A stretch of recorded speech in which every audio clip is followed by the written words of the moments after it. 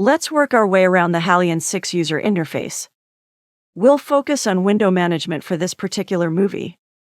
At present, the UI is set in full screen mode. During this movie, I'm taking advantage of using the full screen, whilst running Halion in standalone mode. But, of course, you might run Halion as a plugin within Cubase.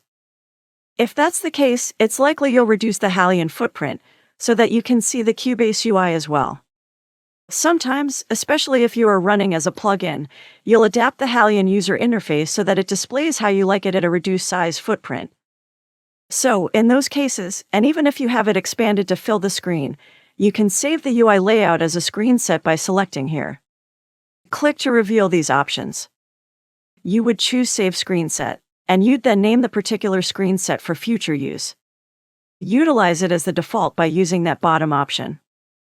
Anyway, back to how we have Halion set up here. As you can see, there are 6 areas in this screen set. Let's look at them. This area up at the top is permanent and cannot be undocked. It is fixed there. We can't move it around anywhere. It's in this area that we find global controls. We also get setup information when open in standalone mode, as here. Moving our focus here now, we have the slot rack. The slot rack is where we add and remove Halion programs. We use this to add one program, or multiple programs. Remember, a Halion program is a combination of all the elements that make up the sound produced. Coming to here now, this is the main editing window. It looks like the Cubase Media Bay in many respects. As you use Halion, you'll find this is the panel that sees you doing most of your editing and adapting of the sound. Consequently, what gets displayed in this main editing window is related to the tabs in view at the top. As you can see, selecting a different tab forces the main view to display different information. Often the information is textual. Sometimes it is visual. Many times it is a combination of the two. Additionally, what we see in the central main panel is linked to what we select from the panel to the right, the program tree. Below the program tree is the program table. I'll enlarge its height by dragging from the horizontal division line. To the left are the keyboard controller options and quick controls. That all said, this is what we see when Halion's UI is set up like this.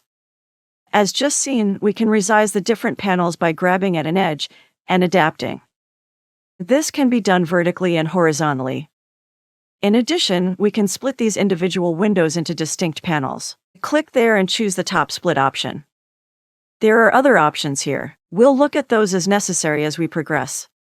Or we can keep splitting into as many as desired, so that we can display as many editors as required. Furthermore, the distinct editor panels can be undocked from their present location, and either moved to other areas, by grabbing the top left corner and dragging out and away from the presently located window. Or, by choosing Undock. This makes this a floating panel now. I'll close this panel by clicking there. And this one by clicking here. Let's move our focus back up top again. Here, we have drop-down menus, so we get to choose and select MIDI and audio connections. We would set this to any connected MIDI keyboard here.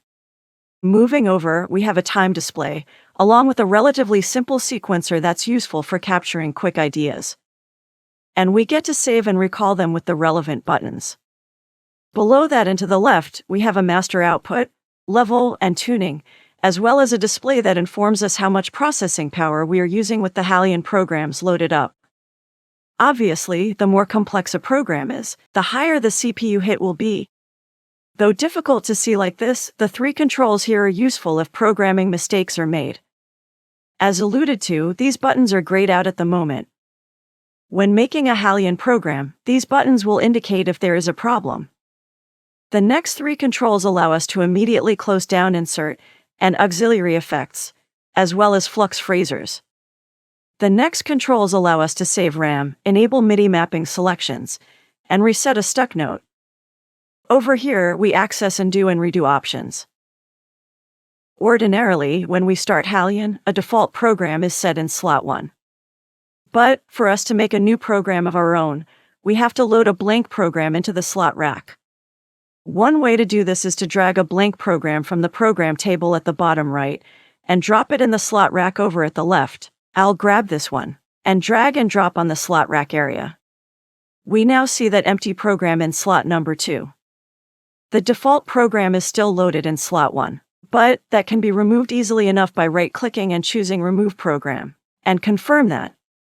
With this empty program now in slot 1, we can start to build up a new program featuring sounds and effects drawn from functionality Halion offers.